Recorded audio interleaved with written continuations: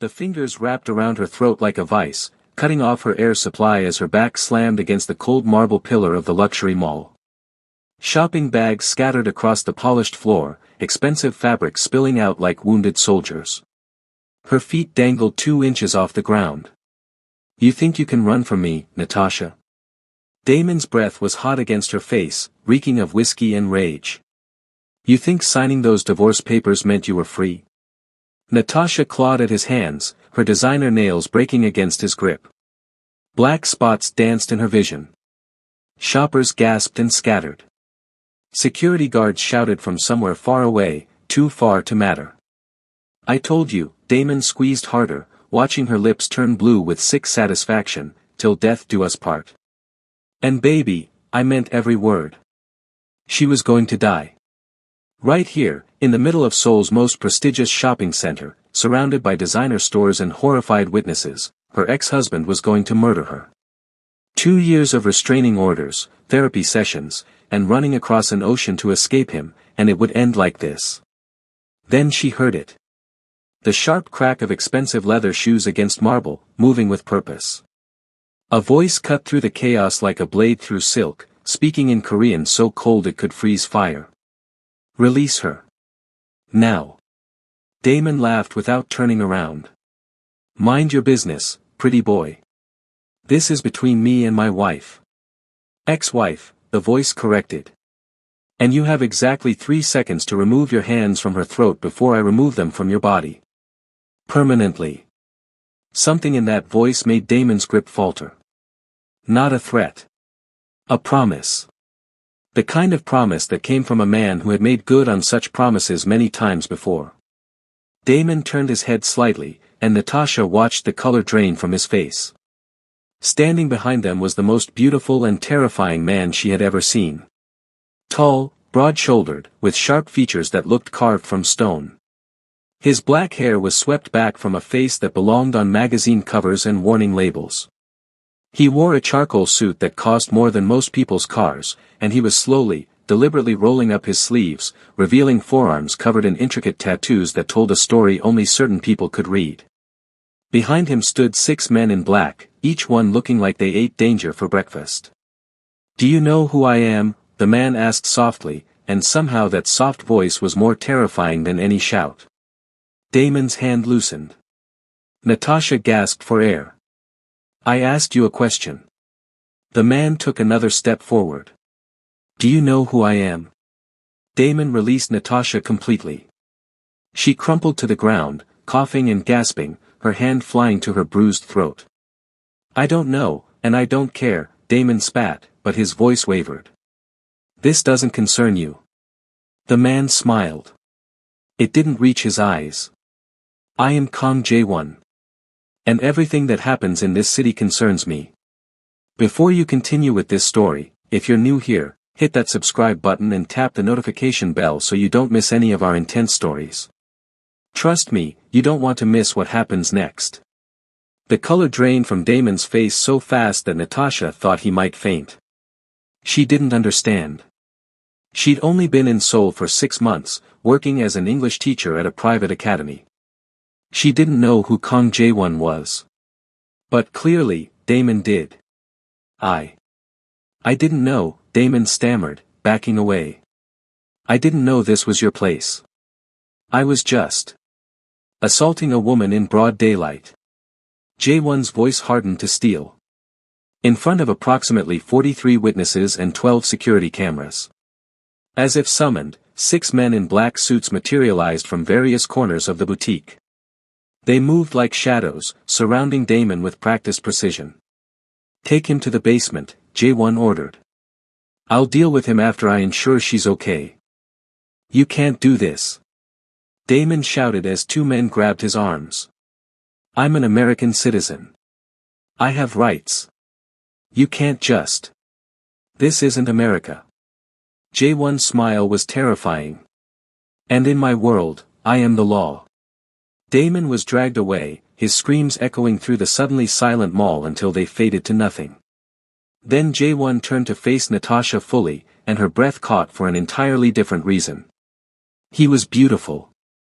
Not handsome in a conventional way, but striking. Dangerous. His dark eyes held a coldness that should have frightened her, but instead, she felt something she hadn't felt in 3 years. Safe. Can you stand? He asked, his voice softening slightly. Natasha nodded, though her legs trembled. I think so. He extended his hand. She stared at it for a moment, at the tattooed knuckles, at the perfectly manicured nails that seemed at odds with the brutal violence she'd just witnessed. She took it. His grip was firm but gentle as he helped her steady herself. Up close, she could smell his cologne, something expensive and intoxicating, mixed with a hint of cigarette smoke. You're hurt, he observed, his eyes fixed on her throat where she knew bruises were already forming. His jaw tightened visibly. He did this to you before. It wasn't a question. How do you know? She whispered. The way you froze. The way you didn't fight back. The way you're not crying, not screaming, not demanding I call the police. His thumb brushed against her wrist, where old scars peeked out from beneath her sleeve. You've learned that none of those things help. Natasha pulled her hand away, shame flooding through her. I should go. Thank you for your help, Mr. Kong, but... Where? He interrupted. Excuse me. Where will you go? He tilted his head, studying her with an intensity that made her feel exposed. He found you once. He'll find you again. Your apartment isn't safe. Your workplace isn't safe. Nowhere is safe for you right now. Natasha's blood ran cold. She hadn't thought that far ahead. She'd been so focused on surviving the last 5 minutes that she hadn't considered the next 5 hours, the next 5 days. I'll figure something out, she said, hating how weak her voice sounded. No. Jaewon's tone left no room for argument. You'll come with me. Natasha laughed, though there was no humor in it. I don't even know you. You could be worse than him. I could be, Jaewon agreed. But I'm not. And right now, I'm your only option. He was right. God help her, he was right. Natasha looked at this stranger, this tattooed man in a suit who commanded shadows and made her abusive ex-husband tremble with a single name. Every survival instinct she'd developed over years of abuse screamed at her to run. But run where? Why? She asked. Why would you help me? Something flickered in Jaewon's eyes. Something that looked almost like pain. Because someone should have helped my mother. And no one did. The admission hung in the air between them, raw and unexpected. Before Natasha could respond, Jaewon turned and began walking toward a private elevator. My driver will take us to my residence. You'll have your own room, your own space. I won't touch you unless you ask me to. Natasha followed him, her heart pounding. And Damon? Jaewon didn't look back. Damon is no longer your problem. The elevator doors opened. Natasha stepped inside, standing beside a man she'd known for less than 10 minutes, a man who was either her salvation or her destruction. She had a feeling there would be no in-between. The penthouse was nothing like Natasha had expected. When Jaewon had said, residence, she'd imagined something cold and sterile, all black leather and sharp edges to match his intimidating demeanor. Instead, she found warmth. Soft lighting. A wall of windows overlooking the glittering Seoul skyline. Books everywhere, shelves overflowing with novels in Korean, English, French, Japanese. You read? She asked, then immediately felt stupid. Of course he read. The evidence was literally surrounding her. Jaewon removed his suit jacket, draping it over a chair. My mother taught me. She said books were the only escape she had during. He trailed off, but Natasha understood. During the abuse. Mrs. Park, Jaewon called out, and a kind-faced older woman appeared from what Natasha assumed was the kitchen. Please prepare the guest suite. And bring ice. And the first aid kit. Mrs. Park took one look at Natasha's throat and her expression crumbled with sympathy. Right away, sir. The poor dear. After she left, Jaewon gestured to a plush sofa. Sit. Please. Natasha sat, suddenly aware of how surreal this all was. This morning, she'd been a normal English teacher planning her grocery list. Now she was in a mafia boss's penthouse, her ex-husband God knows where, her entire life upended. "You're in shock," J1 observed, sitting across from her. "It will pass. How can you be so calm?" Natasha demanded. "You just had a man dragged to a basement. You just invited a complete stranger into your home. Nothing about this is normal." "Normal?" J1's lips curved into a bitter smile. "I stopped believing in normal when I was 7 years old and watched my father beat my mother to death with a telephone." Natasha's heart stopped. "He was a powerful man," J1 continued, his voice eerily detached. "A politician. Respected. Beloved by the public. Behind closed doors, he was a monster. When she finally tried to leave him, he killed her. Made it look like an accident. Everyone believed him. Everyone except you," Natasha whispered. "Everyone except me." J1's eyes met hers, and for the first time, she saw the fury burning beneath his composed exterior. "I spent 20 years building an empire for the sole purpose of destroying him. When I finally had enough power, enough evidence, enough resources, I made him pay." "What did you do to him?" "Everything he did to her. And more." Natasha should have been horrified. Instead, she felt something dark and satisfied stir in her chest. "Good." J1's eyebrows rose slightly. Most people are disturbed when they hear that story. Most people have never had someone they should have been able to trust hurt them. Natasha touched her throat absently. "I understand why you did it. I just never had the power to do the same. You have it now." The words hung between them, heavy with implication. Mrs. Park returned with ice wrapped in a soft cloth and a first aid kit. J1 took them from her with a quiet thank you, then moved to sit beside Natasha. "May I?" he asked, holding up the ice. Natasha nodded, and he pressed it gently to her throat. She hissed at the cold, and his free hand came up to steady her, resting lightly on her shoulder. "The bruising will be severe," he murmured. "But nothing seems to be damaged permanently. You're lucky." "Lucky." Natasha laughed humorlessly. "That's not a word I'd use." "Then let me rephrase." J1's voice dropped lower. "He's lucky I arrived when I did. Another 30 seconds, and I would have been collecting a body instead of a prisoner." The casual mention of death should have disturbed her. It didn't. "What are you going to do with him?" Natasha asked. "That depends." "On what?" "On what you want." Natasha pulled back slightly, searching his face. "Why does it matter what I want?" J1 set down the ice, his dark eyes intense on hers. "Because you're the one he hurt. You're the one who's spent years living in fear. You're the one who deserves to decide his fate. No one had ever given her that power before. Not the police who dismissed her claims. Not the lawyers who told her she didn't have enough evidence.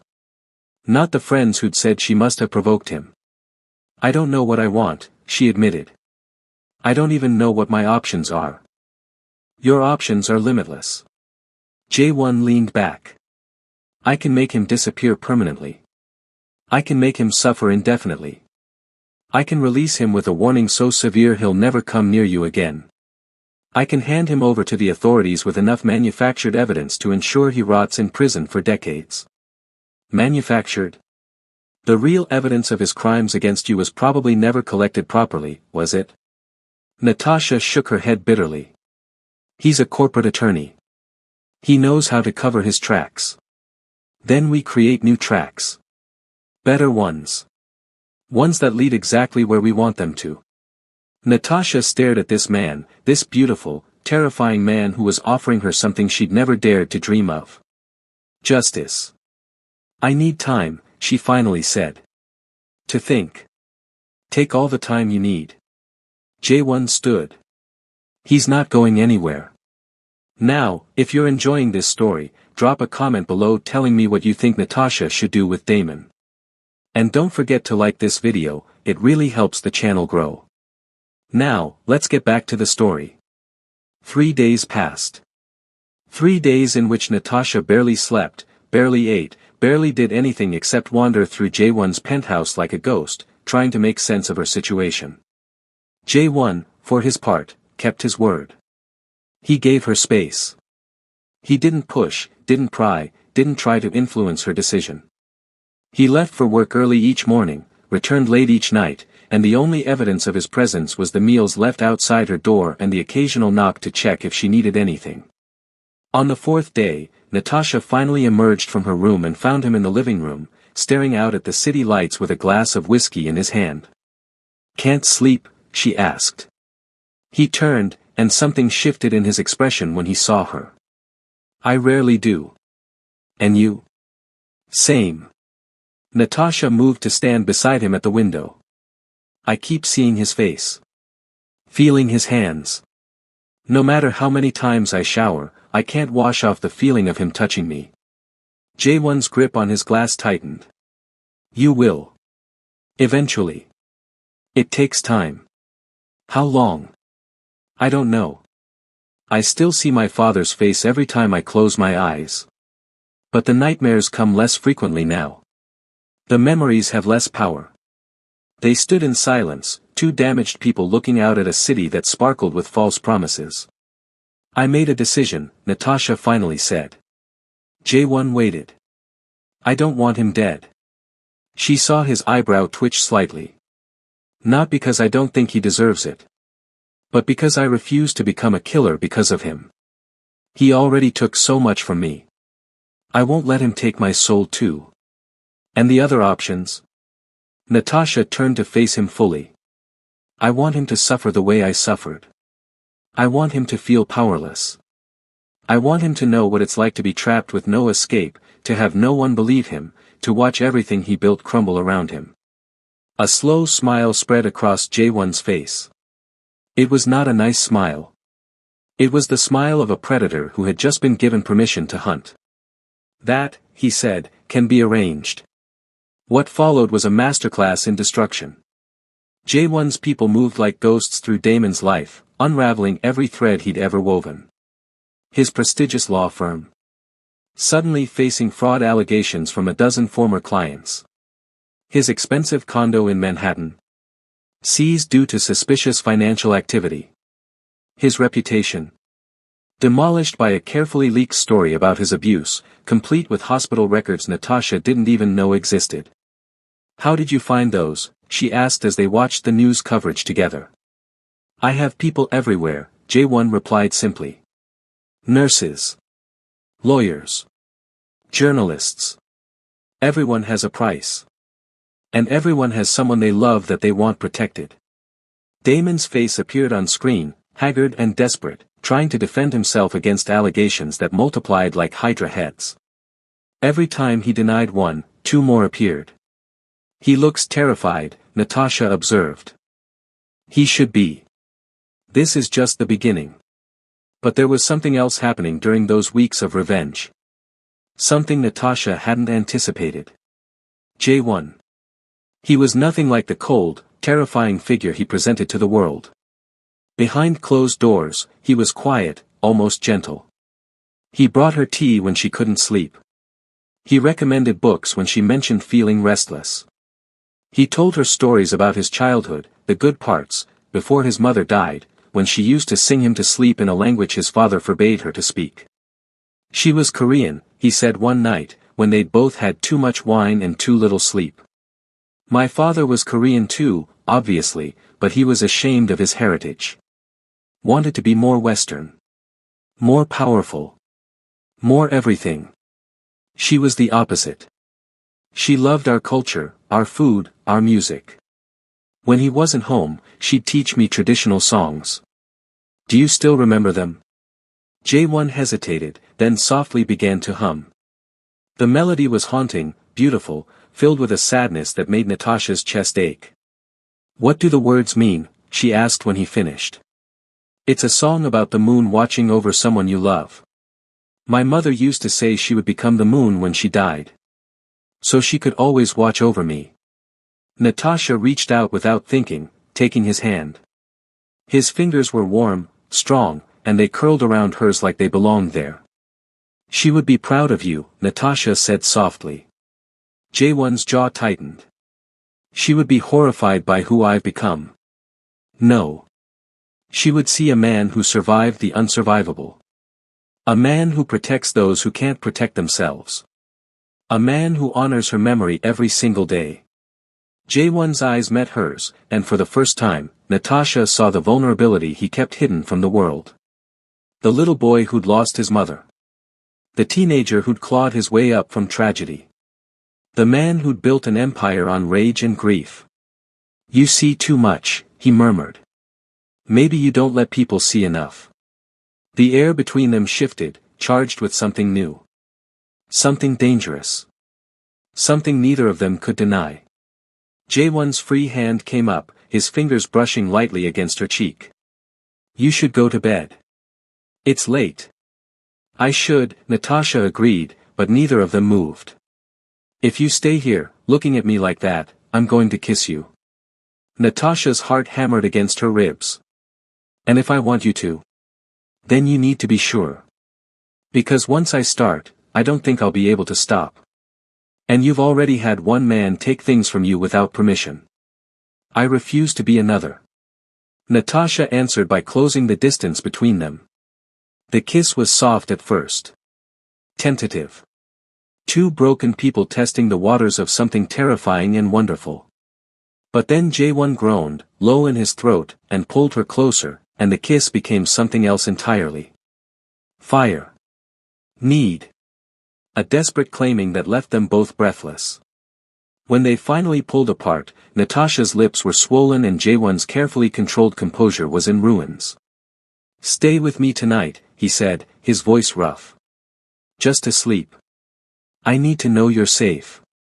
Natasha nodded. Okay. That night, Natasha fell asleep in the arms of a man who'd killed for less provocation than a single tear rolling down her cheek. And for the first time in years, she didn't have nightmares. Weeks turned into months. Natasha moved from the guest suite to Jaewon's bedroom. She learned the rhythm of his life, the early morning workouts, the late-night business calls, the rare moments of peace when he would read beside her while she graded papers. Because yes, she'd returned to teaching. Jaewon had arranged for enhanced security at her academy, invisible guards who ensured no one could ever hurt her again. You don't have to work, he'd said when she'd announced her intention to go back. I know. But I want to. Those kids need me. And I need them. She'd cupped his face in her hands. I won't become a prisoner again, Jaewon. Not even in a gilded cage. He'd understood.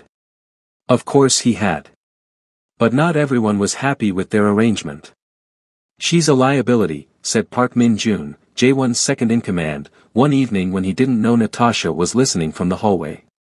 An American woman. In your home. In your bed.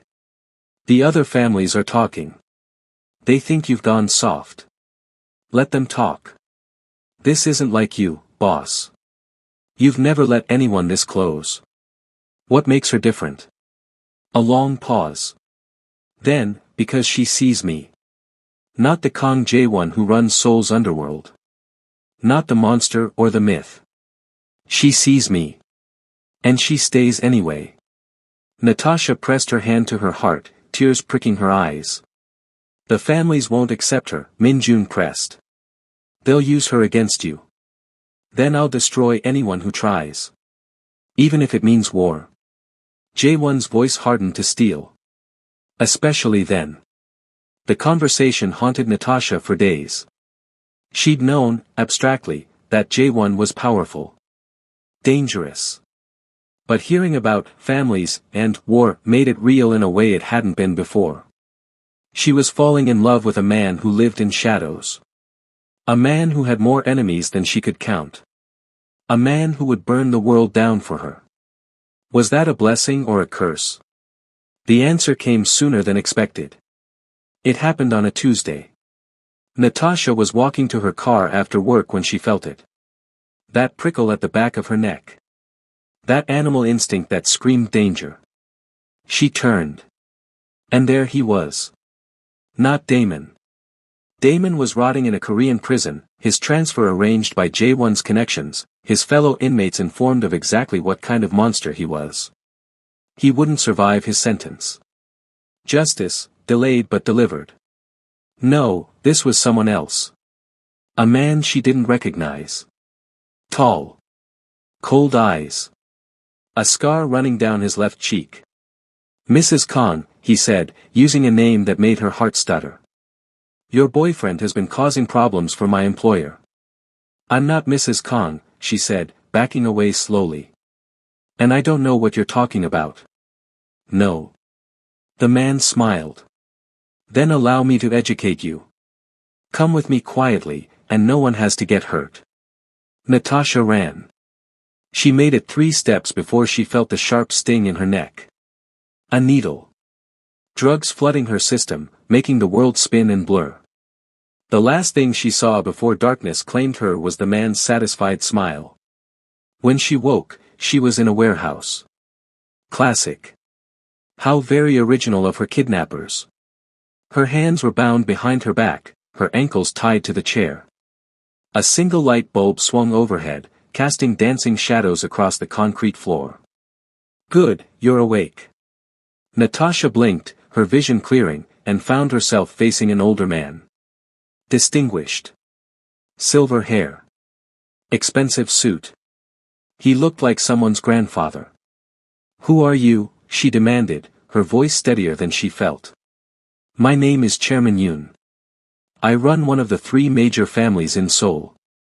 And your boyfriend has been stepping on my territory. Jae-won will kill you for this. Chairman Yoon laughed, a cold, hollow sound. That's exactly what I'm counting on. You see, Kang Jae-won has always been untouchable. Too careful. Too controlled. But ever since you came along, he's been making mistakes. Taking unnecessary risks. All because of love. The word dripped with contempt. Love makes men weak, Yoon continued. And weak men can be destroyed. When he comes for you, and he will, my men will be waiting. 2 birds, 1 stone. Fear gripped Natasha's heart, but not for herself. For Jae-won. The trap was obvious. He would walk right into it because of her. He won't come, she said, desperately trying to buy time. We're not that serious. I'm just a woman he's sleeping with. He wouldn't risk everything for. The slap came out of nowhere, snapping her head to the side. Don't insult my intelligence, Yoon hissed. I know what you mean to him. My spies have been watching for months.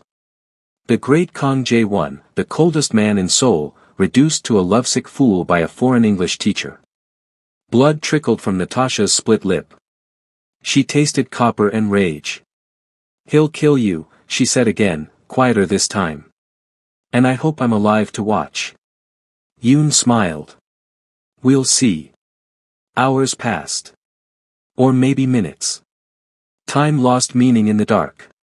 Natasha worked at her bonds, ignoring the way the rope cut into her wrists, ignoring the blood running down her fingers. She would not wait to be rescued like a damsel. She would not let Jae-won walk into a trap. The ropes loosened slightly. Then more. Come on, come on, come on. A commotion outside the warehouse doors. Shouting. Gunfire. He's here. Natasha renewed her efforts with desperate energy. The ropes gave way just as the doors exploded inward. But it wasn't Jae-won who entered first. It was Mrs. Park.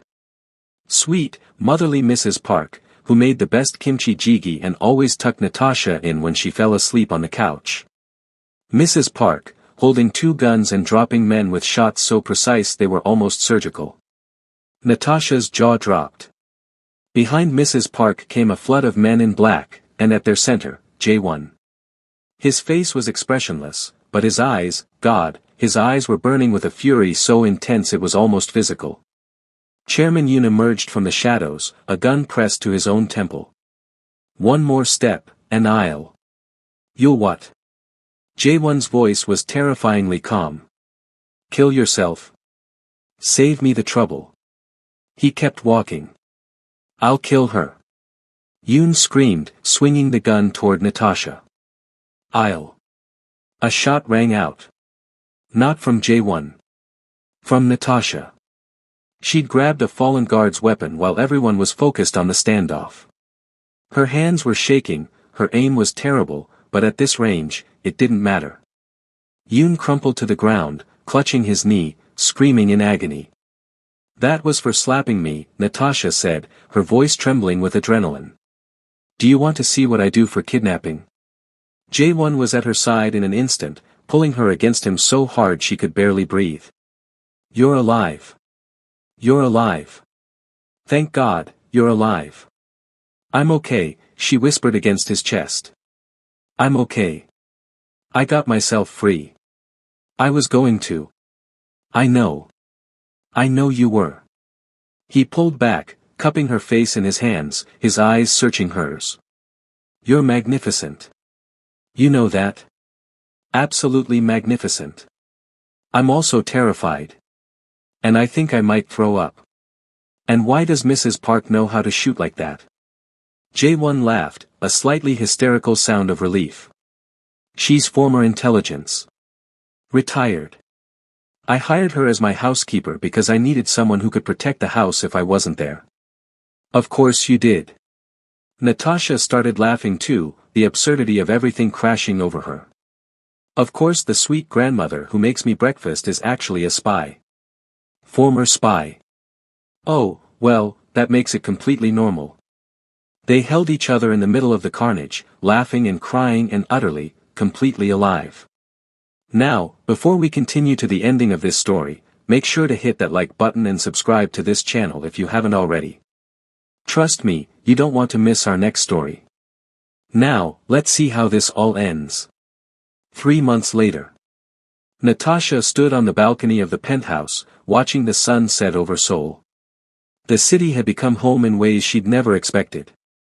The language, the food, the culture, she'd embraced it all.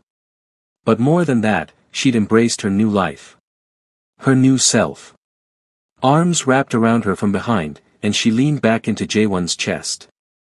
What are you thinking about? He murmured against her hair. Everything. Nothing. How strange life is. Strange how? Natasha turned in his arms. A year ago, I was hiding in a tiny apartment, jumping at every sound, convinced that I would never feel safe again. Now I'm living with the most dangerous man in Korea, and I've never felt more protected. Dangerous? Jaewon's eyebrow rose. Is that how you see me? It's how the world sees you. But I see something different. What do you see? Natasha reached up, tracing the line of his jaw. A man who's spent his whole life building walls to keep people out. A man who thinks he doesn't deserve love because of the blood on his hands. A man who's so afraid of becoming his father that he doesn't realize he's the exact opposite. Jaewon caught her hand, pressing a kiss to her palm. You see too much. I've told you that before. And I'll keep seeing it until you believe it too. He pulled her closer, his forehead resting against hers. Marry me. Natasha's heart stopped. What? Marry me. Not because I need to protect you. Not because you need to escape anything. But because I can't imagine spending another day without you as my wife. Because I love you. Because you make me want to be better. Because every moment without you feels like a prison, and every moment with you feels like freedom. Tears spilled down Natasha's cheeks. Jaewon. You don't have to answer now. You don't have to answer ever if you're not ready. I just needed you to know. I need you to know that I choose you. Every day. Forever. Natasha thought about everything she'd been through. The years of abuse. The fear. The running. The feeling that she would never be whole again. Then she thought about the past few months. The healing. The growing. The learning to trust again. The discovering that she was stronger than she'd ever believed. And she thought about this man. This beautiful, broken, devastating man who had saved her without trying to change her. Who had given her power instead of taking it. Who had shown her that love didn't have to hurt. Yes, she whispered. Jae-won froze. Yes. Yes, I'll marry you. Yes, I'll spend my life with you. Yes, I'll love you even when you're dangerous, especially when you're dangerous, because I know now that dangerous doesn't mean harmful. Not with you. He kissed her then, deep and desperate and full of promise. The Seoul skyline glittered behind them, a city of secrets and shadows and unexpected love stories. Natasha had come to Korea running from her past. She'd found her future instead. 6 months after the wedding, Natasha stood in front of a roomful of women at Seoul's largest domestic violence shelter. It was a project she and Jae-won had built together, funded by his empire, run by survivors like her. You are not weak because someone hurt you, she said, her voice carrying to every corner of the room. You are not damaged because someone tried to break you. You are survivors. You are warriors. And your story is not over. She saw the tears in their eyes. Saw the flickers of hope. Saw herself in every single face. I know what it's like to feel like there's no way out. I know what it's like to believe you deserve the pain. But I'm here to tell you that's a lie. You deserve safety. You deserve love. You deserve a future where you write your own ending. After the talk, a young woman approached her. Timid. Bruised. Familiar. Does it ever stop hurting? She asked quietly. Natasha took her hands. It gets easier. It changes. The scars become part of your story instead of your definition. And one day, you'll look back and realize you become someone new. Someone stronger. Someone unbreakable. How do I start? Natasha smiled. You already have. You're here. That's the hardest step. Now you just have to keep walking. She watched the young woman return to the group, watched the volunteers surround her with support and resources and hope.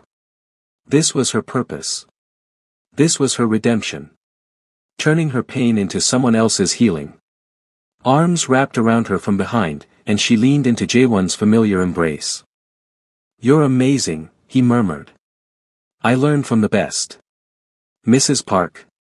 Natasha laughed. Obviously. That woman is terrifying and wonderful.